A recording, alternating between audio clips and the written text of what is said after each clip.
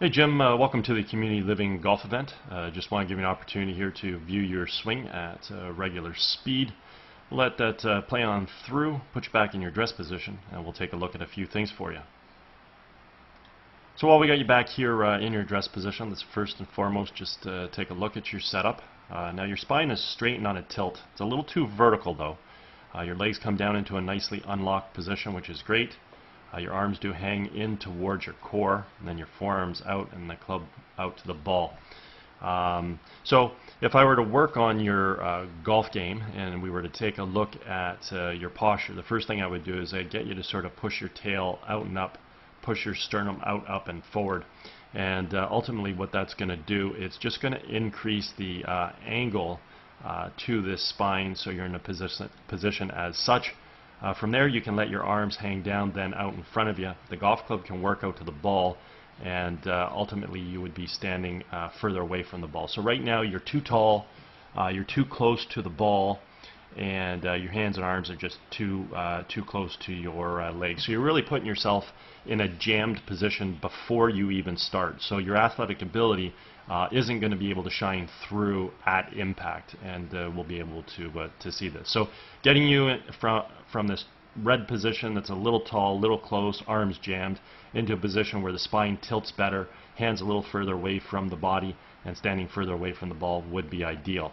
Next thing we can observe is your alignment. Now your alignment's pretty good here. Feet are running in this direction. Carry that out to the fairway.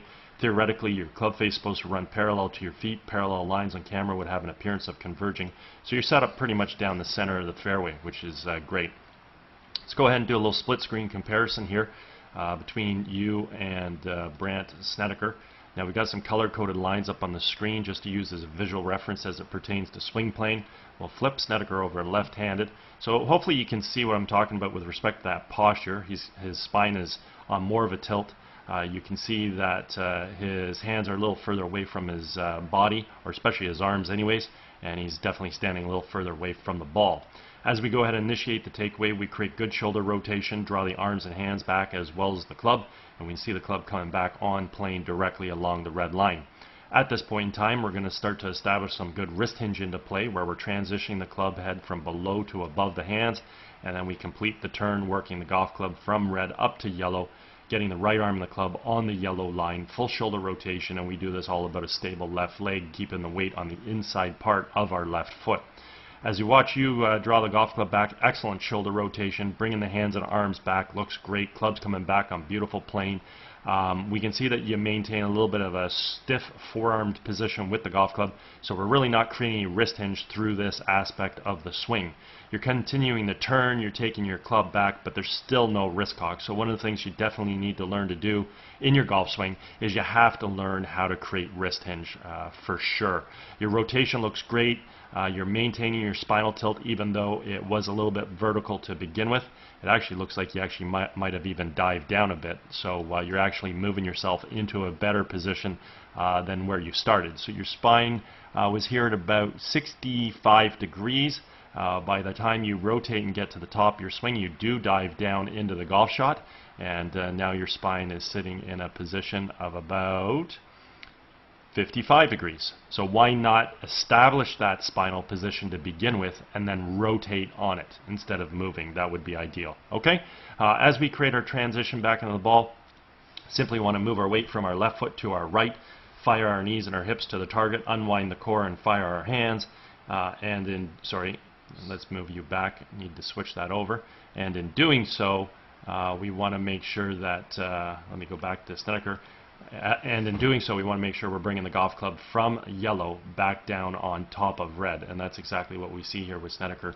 The golf club has returned back to being on plane. The other thing we want to observe at this stage of the golf swing is a relationship between the lead form and the golf club.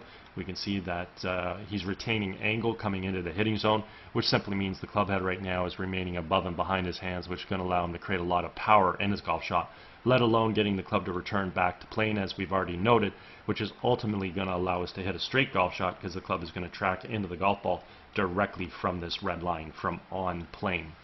With you, you've got an over-the-top move. Your hands get pushed out in front of you, and you can see that you're sending the golf club out in front. So the golf club's never going to return back to plane here. It's coming into the ball too steep, and therefore we're going to be attacking the ball in a very, very different swing path than what we're going to see with Brandt Snedeker. So over top move creates a steep downswing. Club does not return back to plane, and therefore it's going to influence the swing path. We can see with Snedeker, his club's inside the ball. It expands out to make contact. Club moves through in a nice, natural, subtle arc. Your club is stuck outside the ball, dropping down and across. So we can see the path at which that club moves on, and very simply put, if we happen to square the club face up to that path, ultimately what would happen is the golf ball would obviously head over here in this direction. Okay? If we happen to over-release the club relative to that path, not only will we pull it, but we would hit a pull draw or pull hook. If we leave the club face open, the ball won't start as far right. The ball has right to left spin. Then we're going to be creating some form of a pull slice. And if we time it okay, the ball might have the ability to sort of find its intended target, maybe with a subtle pull draw or just a subtle pull fade, and neither one of those is going to hurt you too much. But it does require a lot of timing on your part to time that club face. When the club is moving that far from out to in, that club face has to be precise in order to sort of find the intended target. As you come through, you spin out on your back foot a little bit. Just pay attention here to Snedeker. He gets up off his left heel, continues to get up off that heel onto the toe of his left foot, so all the weight can get to the right side. So you want to learn to create that footwork through to your finishing position to carry that energy through better, and to get yourself obviously into a better end of your golf swing. Okay? Anyways, you've got some nice athletic qualities with respect to your swing. I like how your hands work. They come back, they fire through. So that's one of the best things you do in your golf swing for sure. Again, your posture is not too bad. You need a little refinement, increase the angle of that spine so you don't have to dive into the ball during your backswing. Obviously stand a little further away. Number one thing for you, obviously, which we can't see really from face on, I can see it from here, but your left hand grip is very strong, which means your left hand grip is rotated too far underneath the golf club, and that is going to want to simply close the club face throughout the golf swing. So we need a better grip, and we definitely need better wrist hinge when we come back. So the fact that your grip is strong, it's actually inhibiting your ability to create wrist cock. So let's improve the grip. Let's improve the wrist hinge during the backswing. Little bit of a refined starting position with your posture and distance away from the ball. And then ultimately, you definitely need to learn how to come into the ball from an on-plane position if we want to be consistent. Okay? Anyways, if at any point in time you ever want to work on any of these aspects in your golf game, I'm over at Glen Abbey in Oakville. All my contact information is after this swing analysis. Also, if you're involved with any golf tournaments at all and looking for a unique gift to provide your guests, certainly feel free to touch base.